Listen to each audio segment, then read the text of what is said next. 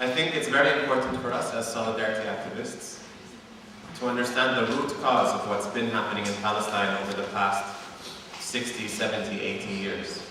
And I don't think we can get very far without understanding the ideology that created the State of Israel.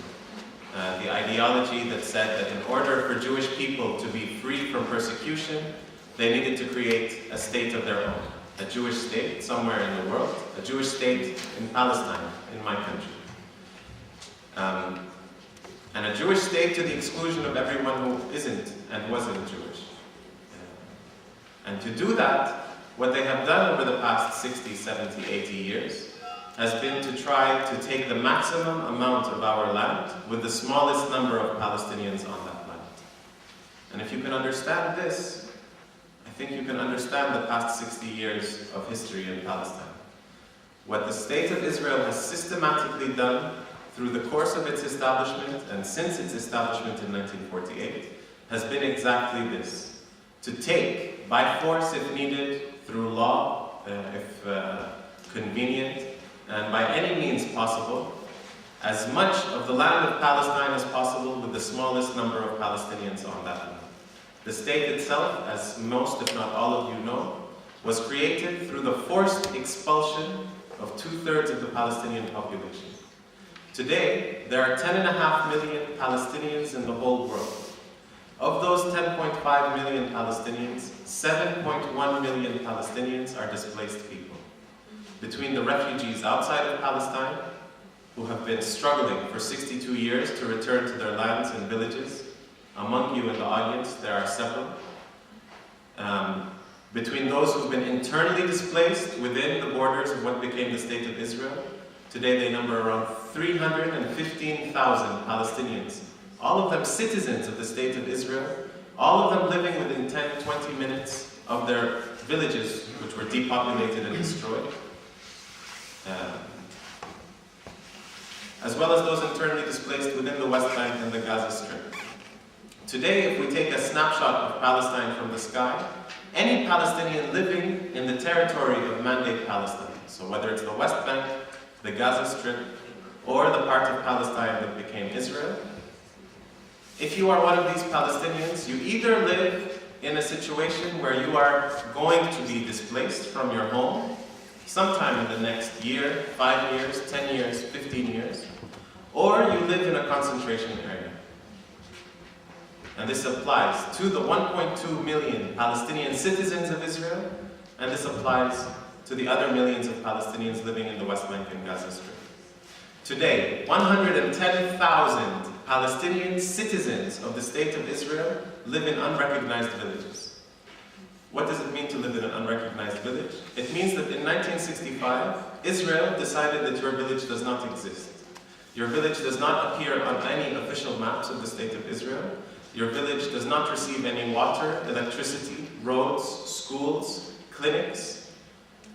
And above all, because your village does not exist, your home should not exist. You cannot have a licensed home in an unrecognized village, which means that every week to 2 weeks we have home demolitions in these unrecognized villages. These are Palestinians who are citizens of Israel. This is not the West Bank. This is not the Gaza Strip. This is what's called Israel. In the mixed cities, these are 5 cities, in Yafa, Akka, Haifa, Lid, and Ramle. In 1948, Israel, when it occupied these cities, squeezed all of those Palestinians who were able to remain and placed them into one neighborhood. The neighborhood was surrounded by barbed wire fence with a military checkpoint. And remember, these are citizens of Israel. And you weren't allowed to enter or exit the neighborhood without a military permit. Today, in every single one of these ghettos, this is actually what they are called, most of the Palestinian families in these neighborhoods are facing home demolition and eviction. In Al-Hatta neighborhood in Al-Lid, for example, 600 Palestinian families are facing home demolition and eviction. In Ajami neighborhood in Yafa, which is now a slum in the Tel Aviv municipality, we have around 400 Palestinian citizens of Israel's families, 400 families facing forced eviction, home demolition. And why? If we look at the law, it all looks very natural, right? In Lid, in Mahatta neighborhood, the municipality just rezoned the whole Palestinian ghetto as agricultural land. This is why you're not allowed to have a house there. If you're going to face a home demolition, the way that it works, you get a piece of paper from the municipality, and remember, you are a citizen of the state, that says that your house is just not legal anymore. Please destroy your own house by this date. If you do not destroy your house by the deadline, then the state will come with dozens and dozens and dozens of soldiers and policemen. They will close the whole area, there will be helicopters flying in the sky, and they will destroy your house with maybe 10, 15, 20 minutes notice for you to get all of your belongings out of the house. And then they will fine you the cost of demolishing your own home, right? Upwards of $100, $200, sometimes $300,000, because you have to pay for all of the gasoline and all of the soldiers and policemen that they had to bring in order to destroy your house. And this is the case of Palestinians living inside Israel who are forgotten. Right? For most part, we don't even speak about them. Most of the time when we talk about Palestinians, we talk only about the West Bank and sometimes about the Gaza Strip. If you live in a Palestinian concentration area in Israel, in a city like Nazareth, al-Fahm, or one of the Rikuzim that are actually called by Israel the concentration towns in the Negev, in the Naqab, then essentially what that means is that you and your entire family live on top of each other. Your town is not able to grow, and so you only build on top of each other's houses, generation after generation after generation. Right? Within the next 10, 15, 20 years, what remains of Palestinian existence in Palestine will be concentrated in little dots on the map that are 10 and 20 stories high, with thousands and thousands and thousands of people crammed into an area the size, much smaller actually, or the size of this school. This is what it means to. In the West Bank, it's very visible, and some of you who've been there have seen this. It's very visible because your concentration area is surrounded by a wall and settlements.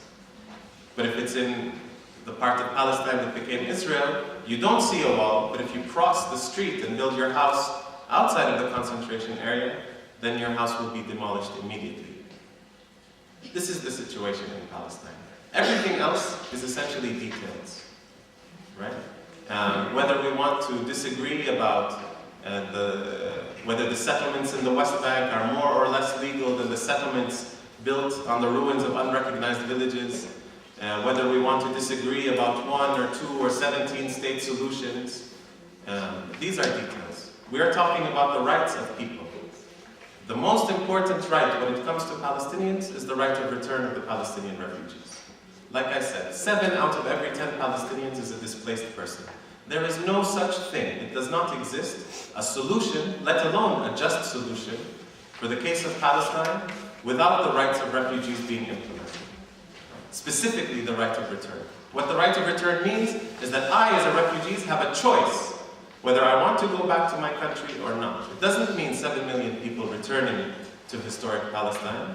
It means that refugees, after 62 years of living in the various miserable conditions around the world, and specifically in the host countries around Palestine, finally have a say on whether they get to go home.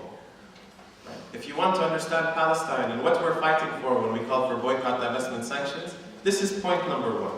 We want to go home.